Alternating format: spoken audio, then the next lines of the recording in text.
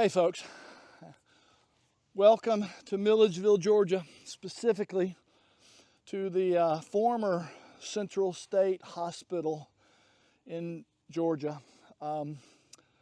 At one time, the largest mental institution in the world. Right behind me is the Powell building, which was one of the first buildings built here. I don't know if it was absolutely the first when what was called the Georgia Lunatic, Epileptic, and Insane Asylum. That's what the Georgia legislature called it when they approved the formation of this place in 1842. And it kept that name for a long, long time because mental illness back in the 19th century was something was wrong with you. Pretty much. It's a massive campus here. Again, the Powell building was named after a later director here, but it was one of the first buildings. I've got my other camera with me and I'm doing some footage here. There, back behind me is a large, beautiful park-like quad with sort of a long main campus feel to the buildings right there. The ones that are over there, and a couple of them have names, some don't. And then more buildings down. There is actually a church that looks in fantastic repair at the end of that road. It's called a Chapel of All Faiths, that I just can't help but think is irony to have a chapel and a church in a setting like this. Over on this side of the quad is the 1883 building, which was the Women's Convalescent Center. Whatever that means, I don't know. And down there, I'll talk more about it, was the Jones Building. The Jones Building is one of the oldest, and it is probably the most infamous of all buildings here. Because the Jones Building is where the dragon lived. It's where the abuse happened. It's where the morgue is located or was located, and it's essentially where people died. So this is the place that I wanted to come to. There's a lot of YouTube videos of people coming and breaking in and prowling through the halls because they say this place is haunted and they want to see if they sense any spirits, and generally they're vandalizing and making a mess. There's no trespassing signs everywhere, because these buildings are in incredibly bad shape. They're deteriorating. Ceilings are falling. Concrete walls are falling. Not only do you face the possibility of a $1,500 fine and a trip to jail if you're caught inside one of these buildings, but you're being incredibly stupid because one of these ceilings falls on you, it's going to kill you. I've been walking around as much as I can. It's been off and on raining like crazy all day. As this storm front's coming across west to east, and the tail end of it is down here in Georgia. I'm hoping the rain will hold off now. It's later in the afternoon, but maybe I'll get the video in. Or if you notice some shots where it's really bright sunshine, it's because I didn't get finished and I come back tomorrow. I don't particularly want to do a second 170-mile round trip. But again, I wanted to be here since I first heard about it. I wasn't quite sure why, but I knew this place was one of my bonus sermon kind of calling, and sometimes that happens. There's an old scene from a Star Trek movie, Star Trek II, The Wrath of Khan. We are free. Khan's young protege saying, "Sir, you've got a starship, you've won, let's go." And he's not. He's going to pursue Admiral Kirk. No, he tasks me. I don't know if you remember that scene or not. It's one of my favorites. And defeated the plans of Admiral Kirk. You do not need to defeat him again. He tasks me. He tasks me, and I shall have him. Places like that do this to me. It tasks me. I planned to come down here last fall. It didn't work out. All winter long, I wanted to schedule a time. And when I do a bonus sermon in a place like this, I'm always looking for what I call the hook. What is it about this place and what I want to experience that hooks it into this idea you hear me talk about all the time, that everything is spiritual. What's the hook? And oftentimes, when I'm headed to a place for a bonus sermon, I don't know. I just know something about it compels me. I want to experience it. And here, Central State Hospital was one of those, very much so. I've got some video footage that I'm going to splice in so you can see things. I've got some pictures of actual procedures that were done here. I've got some of the history. I certainly don't have a complete history. The old train depot that's over back that way about maybe a half a mile has been turned into a museum, but it's not open, and they don't even have any hours stated on it. So I doubt I can get in there. In 1842, this place opened, and the director at the time, Dr. David Cooper, had a radical idea for the 1840s, and that was to have an extended family type atmosphere here of trained professionals, thinking the family atmosphere would do two things. It would encourage healing, and it would bring them here instead of at home, because it was thought the people at home can't do this. They're not trained, they don't have the wherewithal. Homes were, in many cases, 1842, a cabin with dirt floors, much different than we know now, where the general consensus in medical arts is you heal best at home. Family members can be trained to care for a loved one. Occupational therapists, physical therapists can come to the home. This was the opposite of that, but it was to create a family-type atmosphere of support, of encouragement. And it went pretty well for about 20 or 30 years. But what happened was this place kept growing. More and more people kept being assigned here, incarcerated here, really, because early on you weren't brought here as a patient. It was involuntary, and it even said you were incarcerated or you were jailed here. To get to Millegeville, to Central State Hospital, you had to go before a judge with at least one doctor, and they sentenced you to be an inmate here, not a patient, because it was judged if you are mentally ill, a lunatic, epileptic, insane, any of those markers. The reason you came here was not to get you well, it was because you were a danger to others. And the reality was, during that time period, most people came to Milledgeville and they never left, basically, in that time period, despite Dr. Cooper's first idea on family environment. Later on, it became much more factory-oriented, much more process, much more just maintain, whatever, because, again, it grew and grew and grew. At one point, there were 4,000 patients here. They called it inmates at the time. It grew so fast that, and it was such a bad environment, by the way, because over 150 or so years, almost 25,000 people died here. In these walls, think about that. Half of the amount of service members we lost in Vietnam died right here. And it's not a stretch of the imagination to say they didn't just die. They were killed.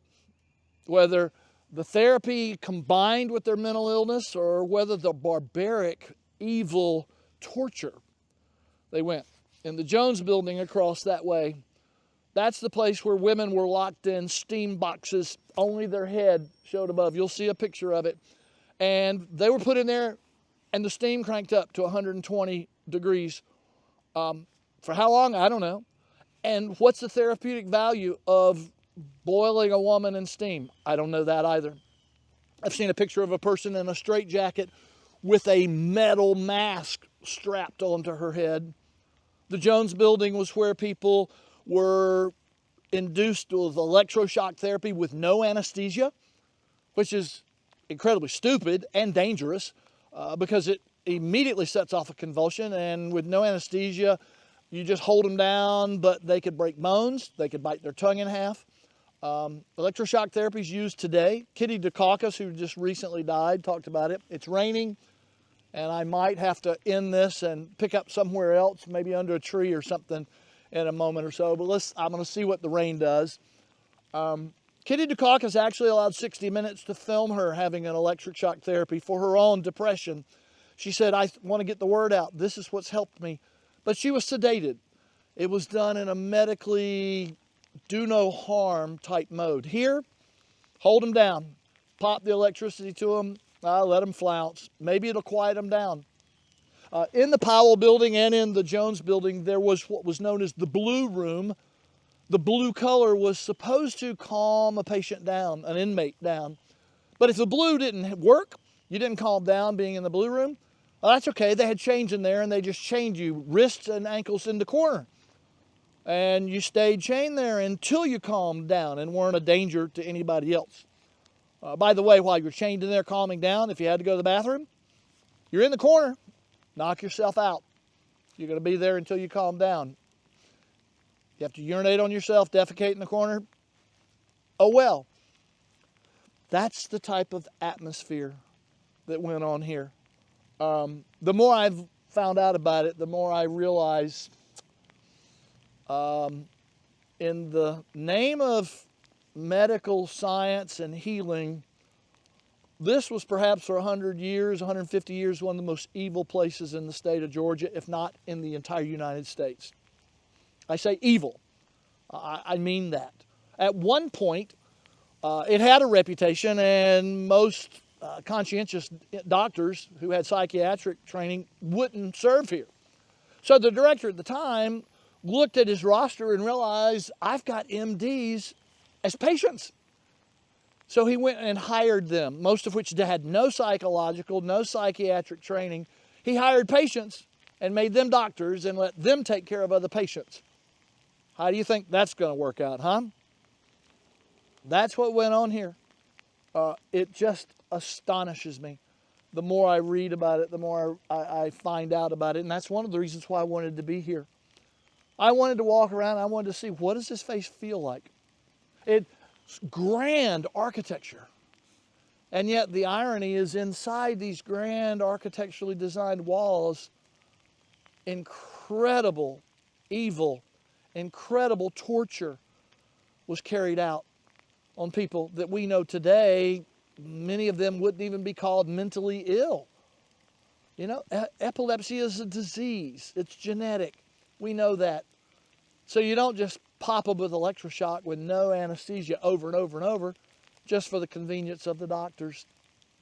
That's part of why I wanted to be here. But I still haven't gotten to the hook. Why is this part of everything is spiritual? And that's the real kicker for the whole idea. I'm going to have to stop and pick it up because I'm going to get everything totally soaking wet.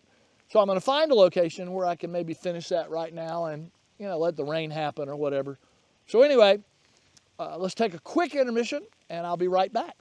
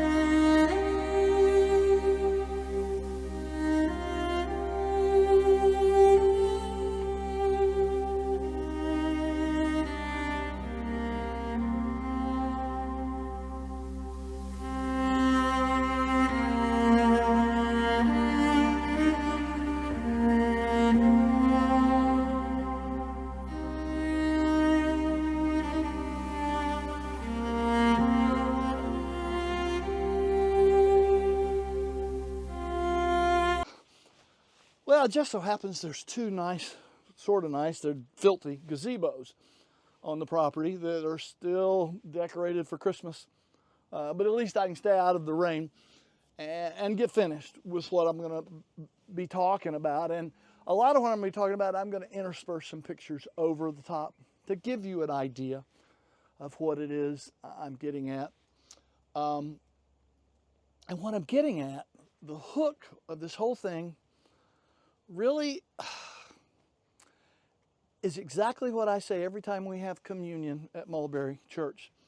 Our tradition at Mulberry is everybody partakes of the bread when it's served.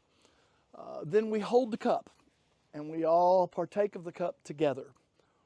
And we do that when I stand at the communion table and say the same words that I say every single time.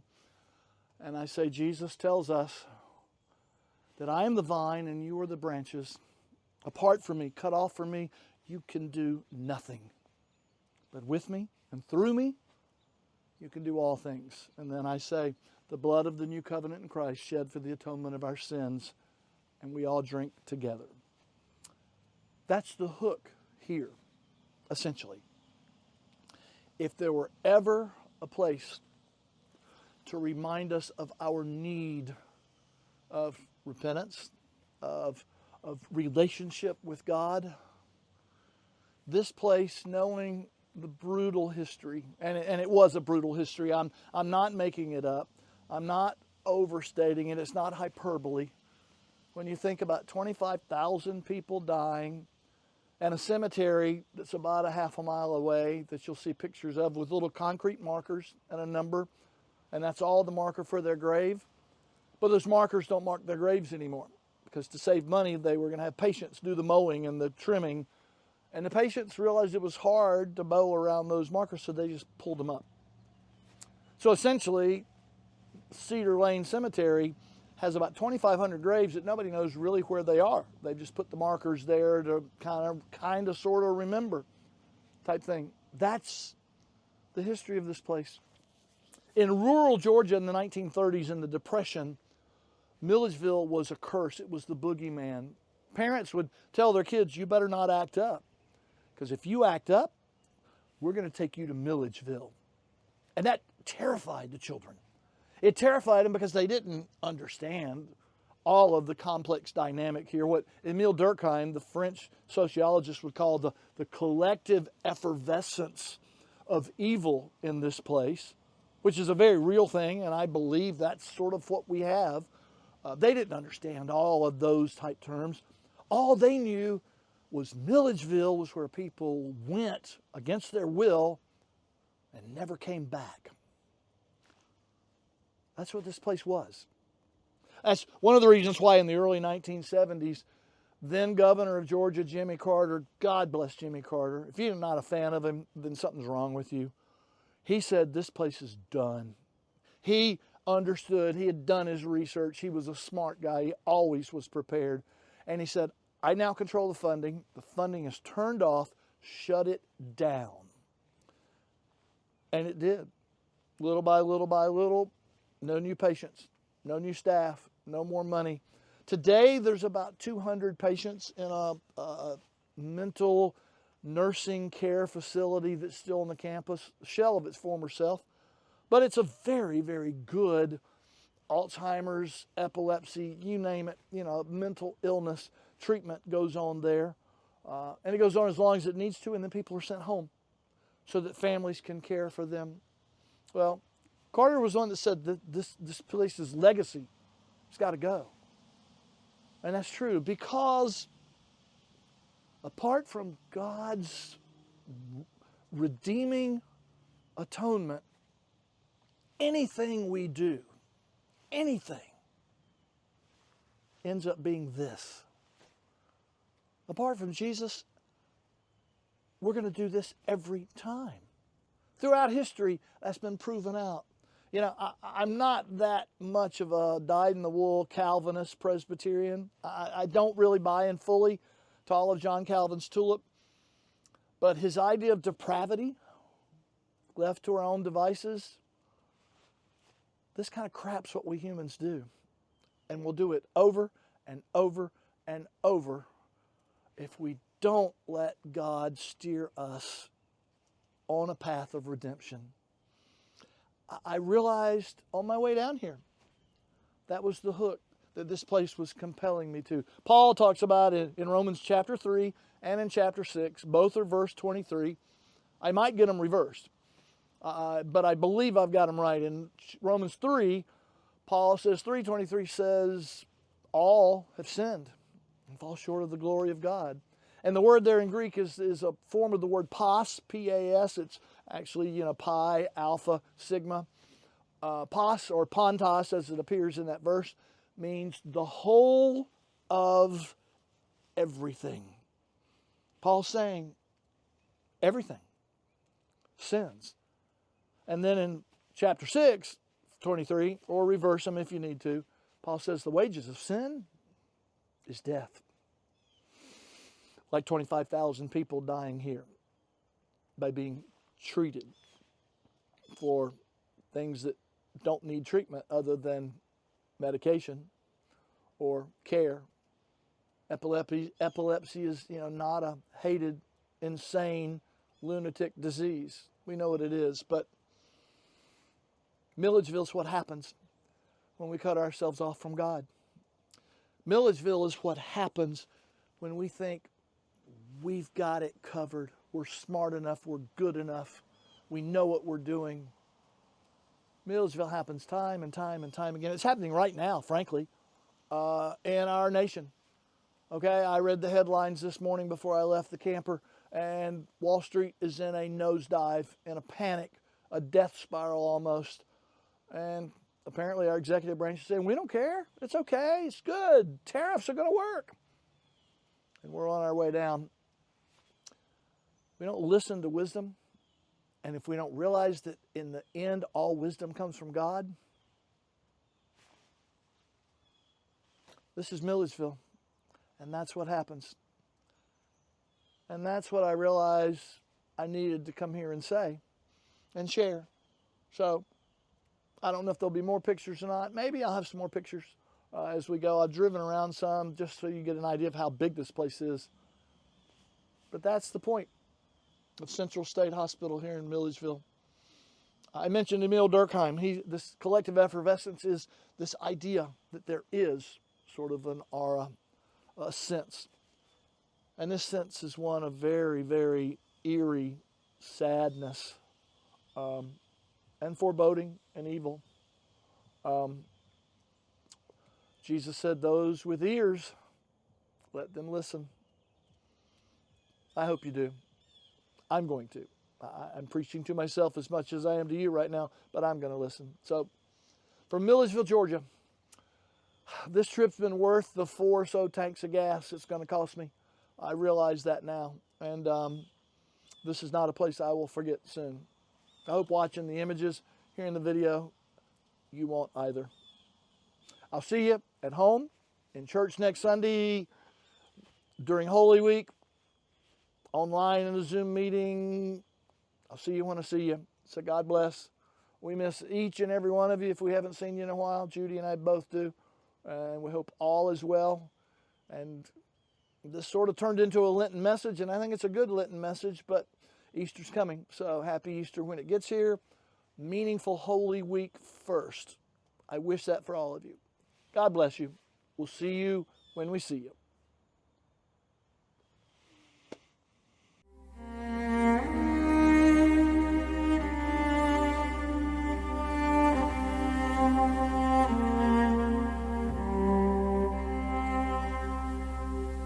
Mm-hmm.